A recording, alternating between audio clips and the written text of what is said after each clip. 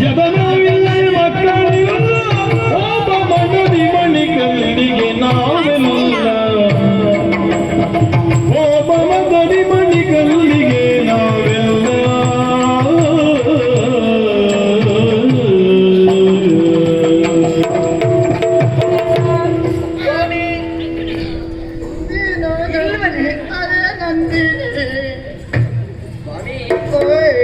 ಯಾಕೆ ಹೀಗೆ ಮಾಡ್ತಾ ಇದ್ದೀರಿ ಮದುವೆಯಾಗಿ ವರ್ಷಗಳು ಕೆಲವಷ್ಟೇ ಗತಿಸಿ ಹೋದು. ಎಷ್ಟು ವರ್ಷ ಮನೆಯಲ್ಲಿ ಹೆಂಡತಿ ಇದ್ದಾಳೆ. ಅಲ್ಲ, ಮದುವೆಯಾಗಿ ಇಷ್ಟು ವರ್ಷ ಗತಿಸಿ ಹೋದ್ರು ಸಂತಾನ ಭಾಗ್ಯ ಆಗಲಿಲ್ಲ ಎನ್ನುವಂತಹ ಗೊಡವೆ ಉಂಟ ನಿಮಗೆ. ಒಂದು ದಿನ ಆದ್ರೂ ಮನೆ ಕಡೆ ಯೋಚನೆ ಮಾಡಿದ್ರು. ನಿತ್ಯವೂ ಬೆಳಿಗ್ಗೆ ಎದ್ದು ಹೊರಡು, ನಿಮ್ಮದೇ ಒಂದು ಕಷ್ಟ.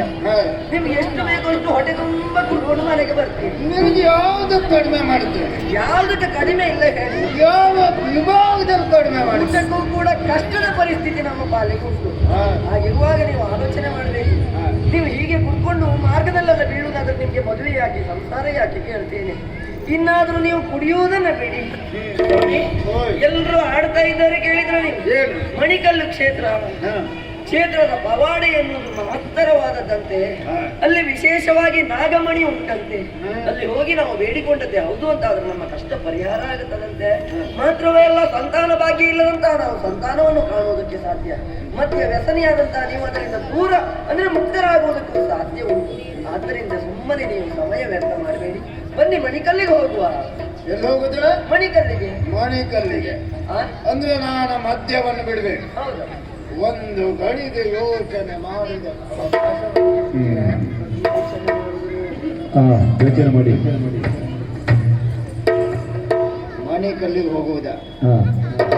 ಅಲ್ಲ, ಹೋದಿದ್ದೆ ಹೌದಾದ್ರೆ ನಾಗಮಣಿ ಉಂಟ. ನಾಗಮಣಿ ಕಲ್ಲಿನಲ್ಲಿ ನಾಳೆಗೆ ಖರ್ಚಿಗೆ ಏನಂತ ಯೋಚನೆ ಮಾಡ್ತಾ ಇದ್ದೆ.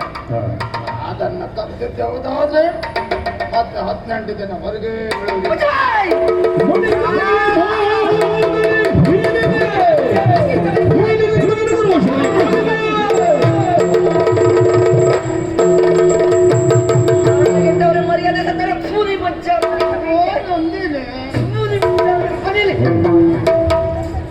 ಒಪ್ಕೊಳ್ಳಬೇಕು. ನೀವು ಹುಡುಗದಕ್ಕಿಂತ ಶುದ್ಧ ಉಂಟು. ನೀನು ನಂದಿನಿ ಎಲ್ಲಿ ಹೊಂಟಿ ನಿಮ್ಮ ಹೆಣೆ ಹೊರಲಿಕ್ಕೆ ಹೋಗುದು ನಾನು. ಅಪ್ಪ ಏನು ನಾಗಮಣಿಯನ್ನು ಅಪಹರಣ ಮಾಡುದು, ಕಳ್ಳತನ ಮಾಡಿದ್ರೆ ಕುಡಿಲಿಕ್ಕೆ ಸಾಕಾಗ್ತದೆ. ನೀವು ಹೀಗೆ ದುರಾಲೋಚನೆ ಮಾಡ್ತಾ ಇದ್ದದ್ದೇ ಹೌದು ಅಂತ ಆದ್ರೆ ಅಲ್ಲ, ಆ ಕ್ಷೇತ್ರದ ಬಗ್ಗೆ ಬೇಡದೆ ಹೋದದ್ದನ್ನು ಮಾತಾಡುವುದು ಅಥವಾ ಕಳ್ಳತನಕ್ಕೆ ಮನ ಮಾಡುವುದೇ ಹೌದು ಅಂತ ಆದ್ರೆ